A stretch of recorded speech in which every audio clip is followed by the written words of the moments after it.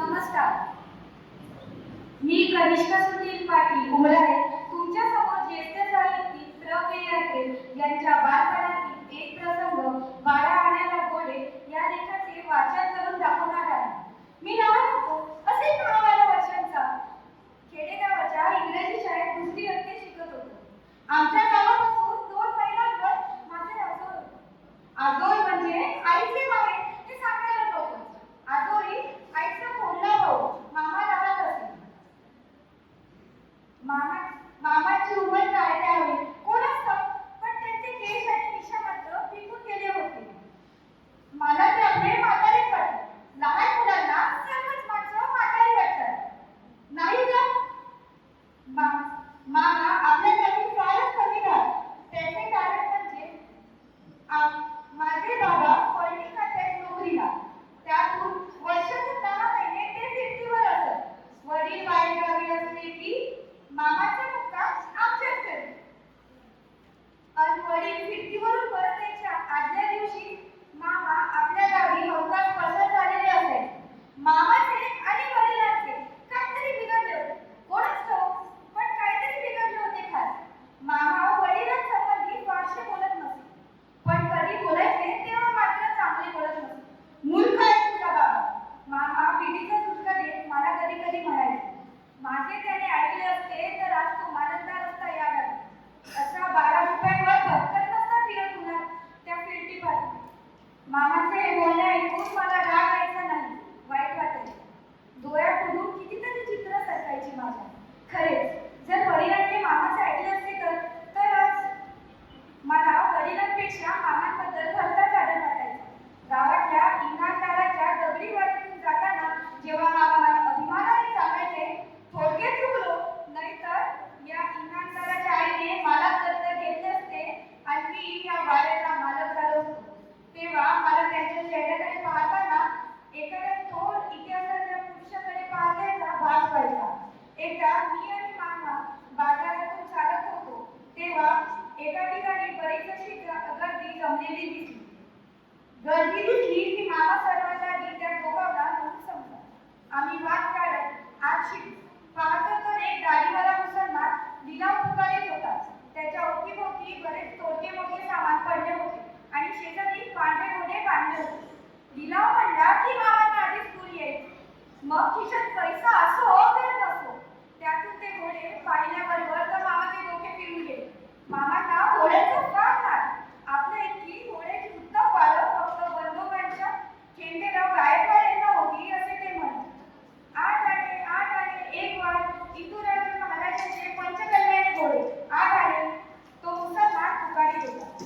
इंदुराजांचे महाराजांचे पंचकल्याणी घोडे आणि 8 आण्याला? मामाचे डोके फिरून गेले. माझा हात दाबून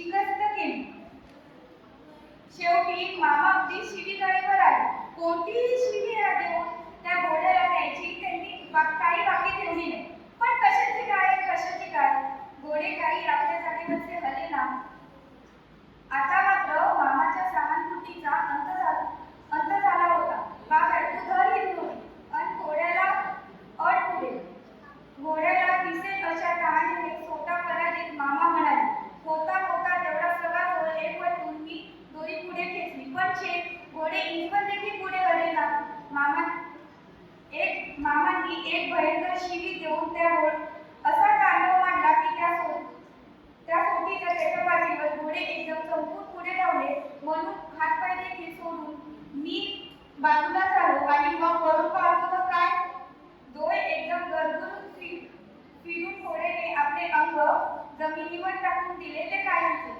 एका क्षणात सारा कारभार आटला. मारताना त्याने समाधानाने हातपाय देखील साडले नाही. दुपारच्या उन्हात घोड्याचे ब्रेक अधोमध ठेवून मी आणि मामा कितीतरी वेळ तसेच रस्त्यात बसलो होतो. मला तर रडावे का हसावे हेच कळेना. लक्ष्मी घरात चालत आली पण योग नव्हता. मामा दुःखाने म्हणाले, घोड्याचे सारे अवध देवी उरकण्यासाठी मला आईकडून 5 रुपये मागून आणावे लागले. तेव्हा गावाच्या महाराणी तो मुर्दा तिथून उठवण्याचे कबूल केले. सारी निर्वाह होईपर्यंत सायंकाळ झाली पण मामा काही घरी परत आले नाही. दुःखाने आपली कंबरच तर मोडली असे म्हणून ते तसेच तिथून जे आपल्या गावी पसार झाले ते वर्ष 6 महिने पुन्हा आमच्या गावाकडे म्हणून फिरकले नाही. फिरतीवरून परत आल्यानंतर